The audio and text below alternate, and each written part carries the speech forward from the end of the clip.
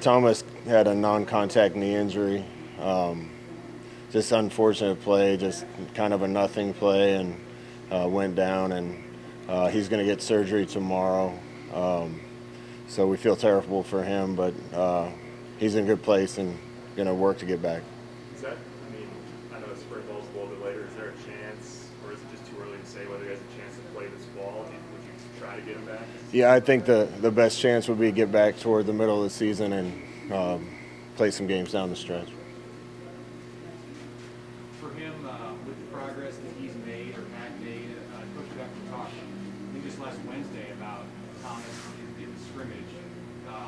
What did you see from him through 12 practices before that injury to make you feel good about his progress? Yeah, Thomas is a super talented guy. Gosh, he cares as much as anybody out there. So put those two things together, and it's going to lead to good places.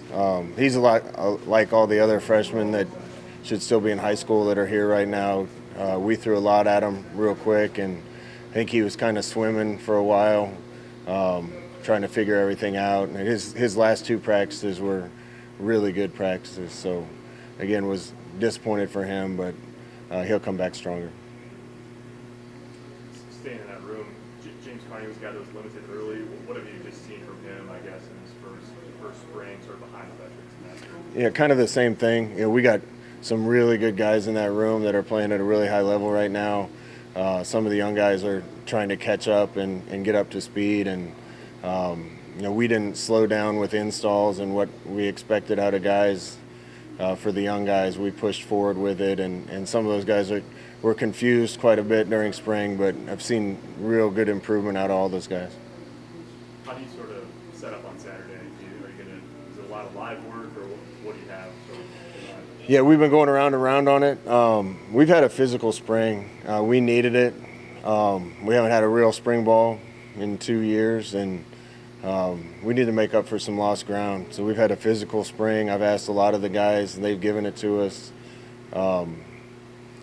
We've had, I think, a couple times up to 43 guys on our injury list with everything from a couple big ones to tweaks and sprains and bumps and bruises.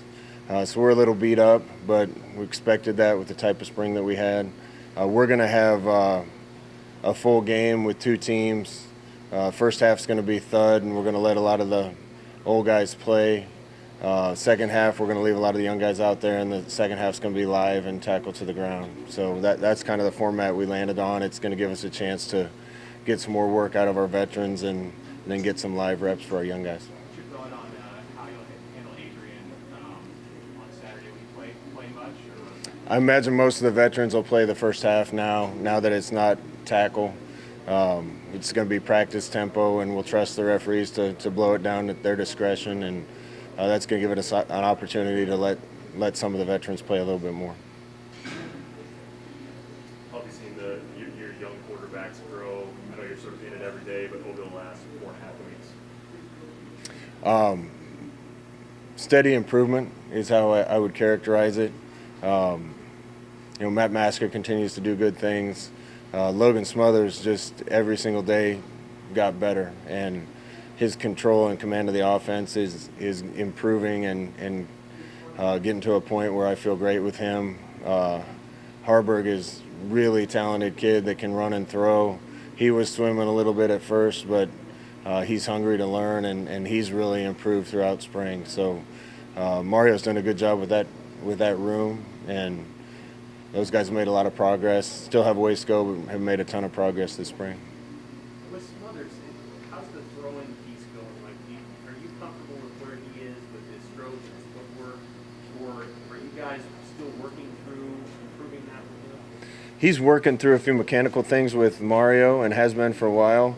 Really started to see the benefits of that this spring. And honestly, when he doesn't think about it, anytime you're trying to alter something, when you're thinking about it, you get a little in your own head. When he doesn't think about it, he rips it great. So we'll keep working with him, but I expect by this fall it'll be second nature to him. And I was really impressed with the progress he made in all aspects of his game, but particularly throwing it this spring. Given that there's only one practice left, have you guys made a firm decision on whether you No, we haven't made any final decisions on that. We still got a couple spots that we'll try to find anybody that we think could help our team the most. Right now, I wouldn't say it would probably be quarterback. Hanging out, Scout, during the open practice, you saw Alante Brown had a pretty big apparatus on his arm. Is that something that's going to come out long term? Is that like the one seeing the record? Well, like I said, we've had a lot of guys nicked up, banged up because of the physical nature of our spring. I think Thomas is the only one that won't be ready to start practice in fall camp right now. So the rest of the guys are day-to-day things or fighting through things or 4 to 6 week things. There's a few guys that I think will be ready this summer, Alante and Step and some of those guys. But right now I think there's only one to report that I don't think will be ready first day of fall camp. We've had to ask you a lot of questions about the offense. What have you seen? Obviously, you got a veteran defense. Have you liked what you've seen from that side of the ball? Sort of where are they at as spring ball right now? Yeah, I've liked what I've seen. We got a long way to go. We got work to do, but there's no doubt there's been progress, and especially some of the areas I think that we didn't perform real well last year. Some of the things that got us beat last year have really improved. It's been a real emphasis put on making sure we don't turn the ball over on one side and trying to get it back on the other. I think special teams has made a big jump. I think we're a more physical team up front on both sides. I think the offensive line has made some giant strides. I'm really pleased. It's been a good back and forth all spring between the offense and defense, and I've seen a bunch of improvement on both sides. How important is the spring game for you in terms of evaluation? Is it just like any other practice? Is there a little bit more, or how would you say? About the same as every other practice, maybe less. This is kind of a showcase, and the only thing we're really looking to see is how they perform when the lights are on a little bit. But we have hundreds and hundreds of reps of practice that we can evaluate, and a lot of those veteran guys are going to get 30 to 50 reps in the first half of Saturday's game. So that's a small portion of what work they put in this spring, and it's important, but it's no more important than any other practice that we've had. I know you guys can't technically host the recruits, but there are going to be a lot of people that buy tickets in the stands that have interest in Nebraska football. How do you get your message out to those kids that are going to be here on Saturday, and what can you do, or what do you hope to do with so many different guys in the stands? Yeah, strange times. There's not a lot we can do. We want to get as many recruits to Lincoln, Nebraska as we possibly can.